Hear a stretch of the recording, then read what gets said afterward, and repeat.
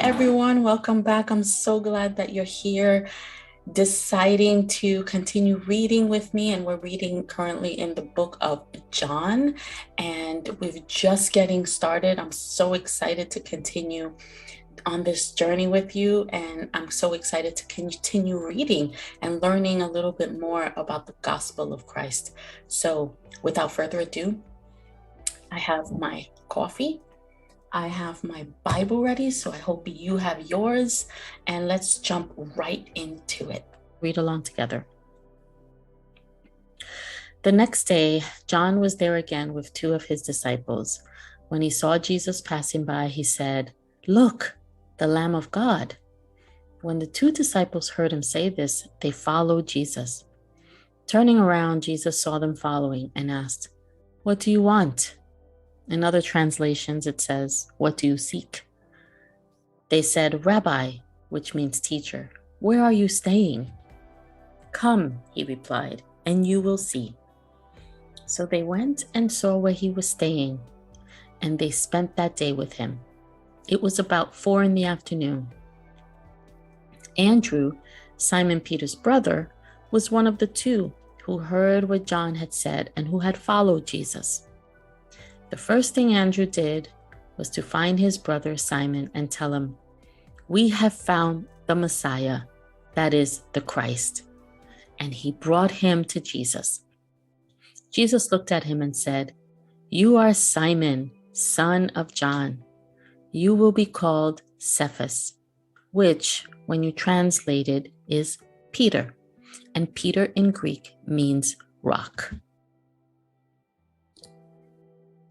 So, what are a couple of things that we can learn from just reading these couple of verses?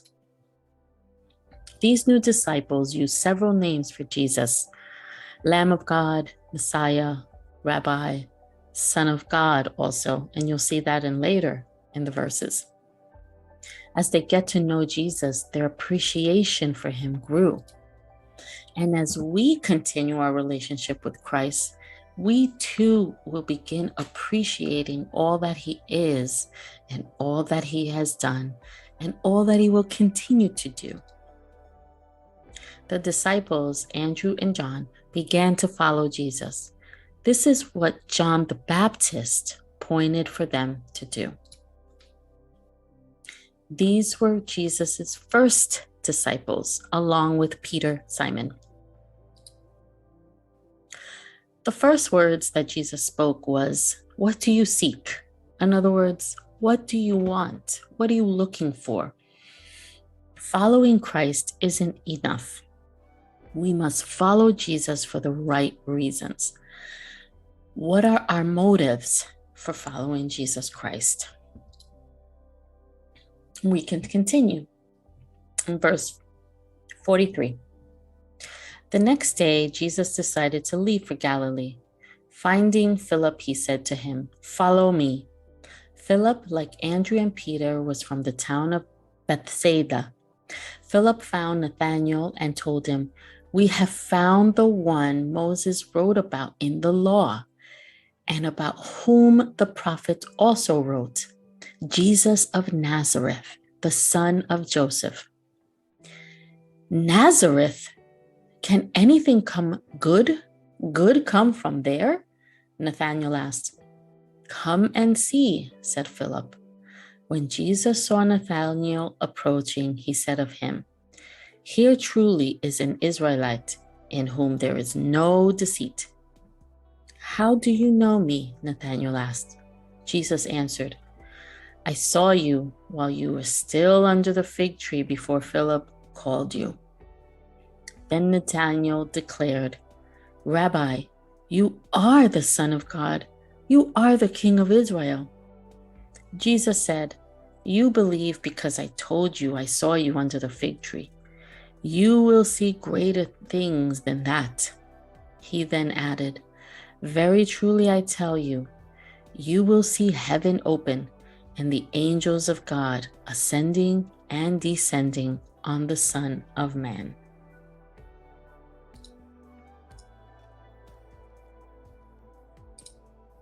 So what can we learn here by reading a couple of these verses? we begin to see the identities of who Jesus is.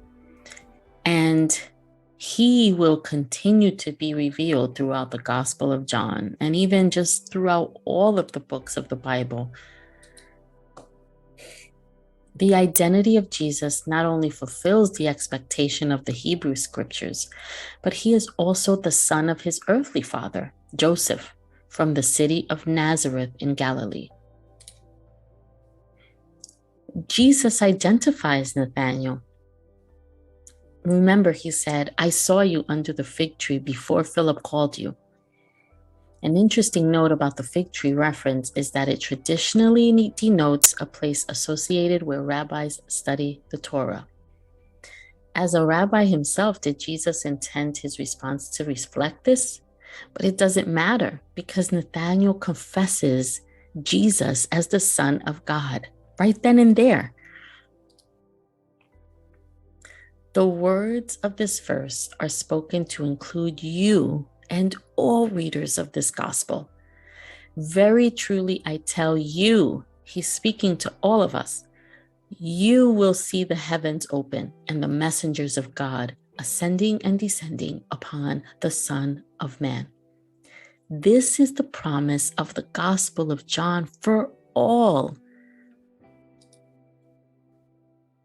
Jesus is the place where God dwells.